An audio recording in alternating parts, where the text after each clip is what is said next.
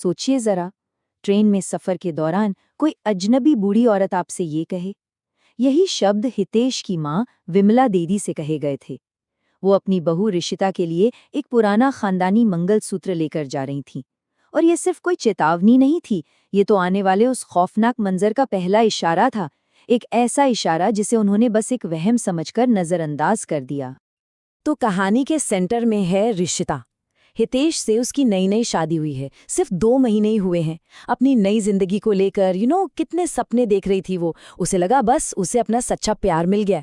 पर उसे क्या पता था कि उसकी सास जो तोहफा लेकर आ रही हैं, वो तोहफा उसकी जिंदगी में खुशियों की जगह एक ऐसा अंधेरा भर देगा जो कभी खत्म ही नहीं होगा। तो विमला देवी ने सालों से बंद वो धूल भरा पुराना बक्सा खोला। अंदर वो मंगलसूत्र था।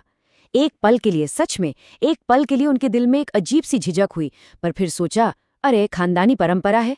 लेकिन देखे शगुन कैसे हो रहे थे।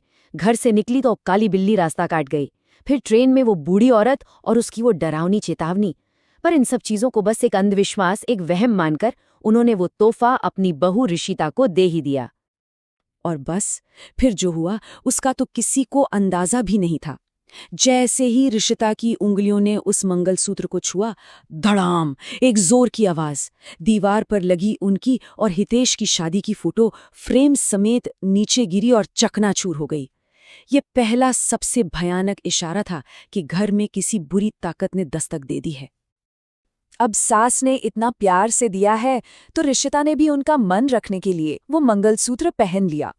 पर उससे क्या पता था कि उसने अपने गले में कोई जेवर नहीं बल्कि मौत का फंदा डाल लिया है। और बस उसी रात से उसका वो सपनों का घर डर और खौफ का एक ऐसा अड्डा बन गया जहां से एक ऐसे बुरे सपने की शुरुआत हुई जिसका कोई अंत ही नहीं था। रात के ठीक 12 बजे ऋषिता की आंख अचानक खुल जाती है। कमरे में पिन ड्रॉप साइलेंस, घना अंधेरा, और फिर उसे एक आवाज सुनाई देती है, किसी औरत की दबी दबी दर्द भरी सिसकियों की आवाज। ऐसी आवाज जो रात के उस सन्नाटे को चीर रही थी। वो डर के मारे हितेश को जगाती है, कहती है, हितेश सुनो, कमरे में कोई रो रहा है। और हितेश को कुछ सुनाई नहीं देता। उसे लगता है अरे शायद कोई बुरा सपना देखा होगा, वहम होगा।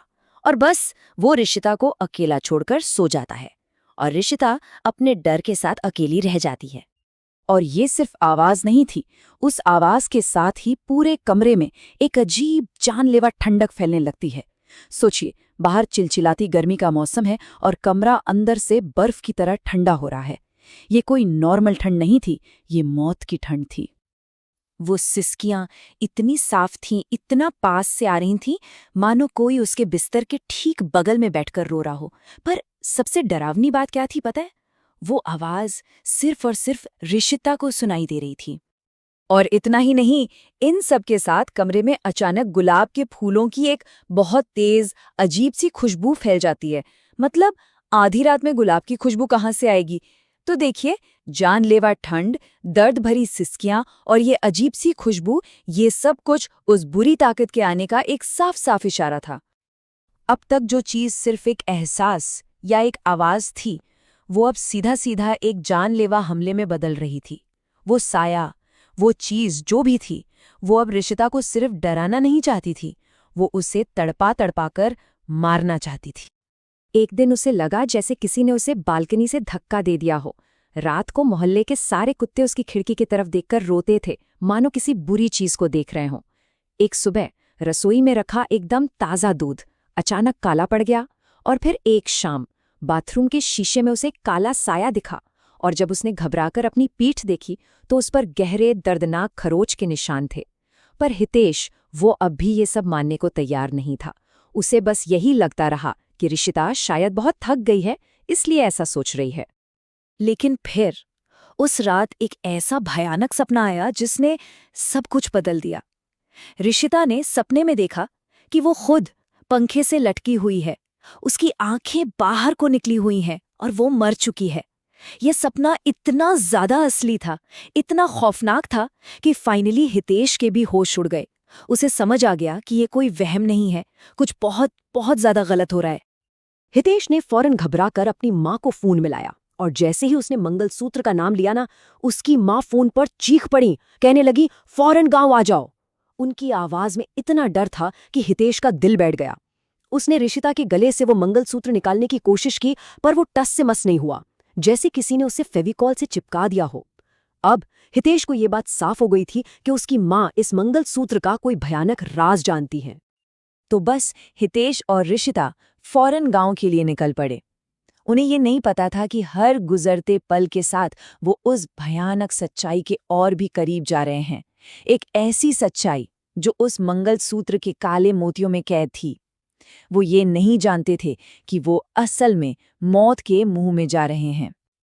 अच्छा, तो गांव पहुंचते ही राज की परतें एक एक करके खुलने लगी।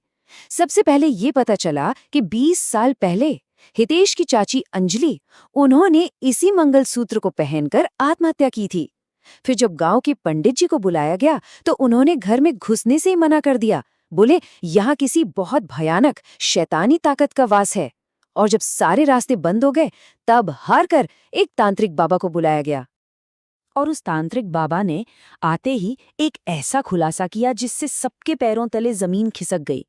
उन्होंने कहा, ऋषिता पर किसी औरत का साया नहीं है, ये एक आदमी की आत्मा है। मतलब परिवार जो अब तक सोच रहा था कि ये अंजलि की आत्मा है जो बदला ले रही है, वो सब पूरी तरह से गलत था। तब जाकर असली खौफनाक कहानी सामने आई। पता चला कि हितेश के चाचा ही एक तांत्रिक थे जो दौलत पाने के लिए काला जादू करते थे। उन्होंने 5 मासूम दुल्हनों की बलि दी थी और अपनी ही पत्नी अंजलि की बलि देते वक्त उनसे अनुष्ठान में कोई गलती हो गई और उस गलती की वजह से उनकी खुद की शैतानी आत्मा उस मंगलसूत्र में हमेशा हमेशा के लिए कैद हो गई। तो अब असली और आखिरी लड़ाई का वक्त आ गया था, और ये लड़ाई होनी थी उसी पुरानी भुथाहा हवेली में, जहां इस शैतानी ताकत का जन्म हुआ था।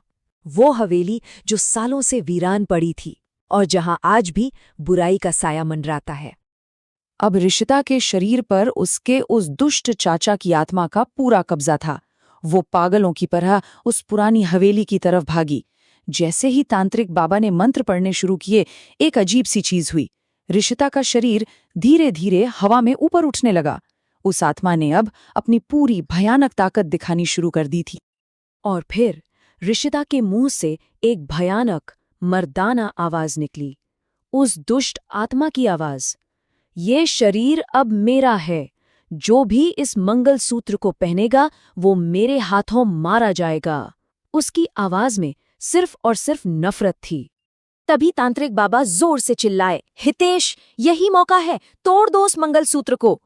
हितेश ने एक पल भी नहीं सोचा, अपनी पूरी ताकत लगाकर ऋषिता के गले से उस मंगलसूत्र को खींचा और तोड़ दिया। और बस वो एक कड़ी जो उस शैतानी आत्मा को इस दुनिया से जोड़ रही थी, टूट गई। मंगलसूत्र के टूटते ही उसमें से एक काला धुआं, एक साया सा निकला और हवेली की दीवारों में कहीं गायब हो गया। ऋषिता बेहोश होकर जमीन पर गिर पड़ी, पर वो जिंदा थी। वो श्राप हमेशा के लिए टूट चुका था। वो बुरी ताकत अब जा चुकी थी। तो ये कहानी खत्म होती है, पर एक सवाल छोड़ जाती है। जो चीजें हमें विरासत में मिलती हैं, हमारे पुरखों की निशानियां, क्या हम सच में उनकी असली कहानी जानते हैं? कौन जाने, किसी पुरानी संदूक में रखी कोई खूबसूरत सी चीज अपने अंदर कितना गहरा और भयानक इतिहास छिपाए बैठी हो।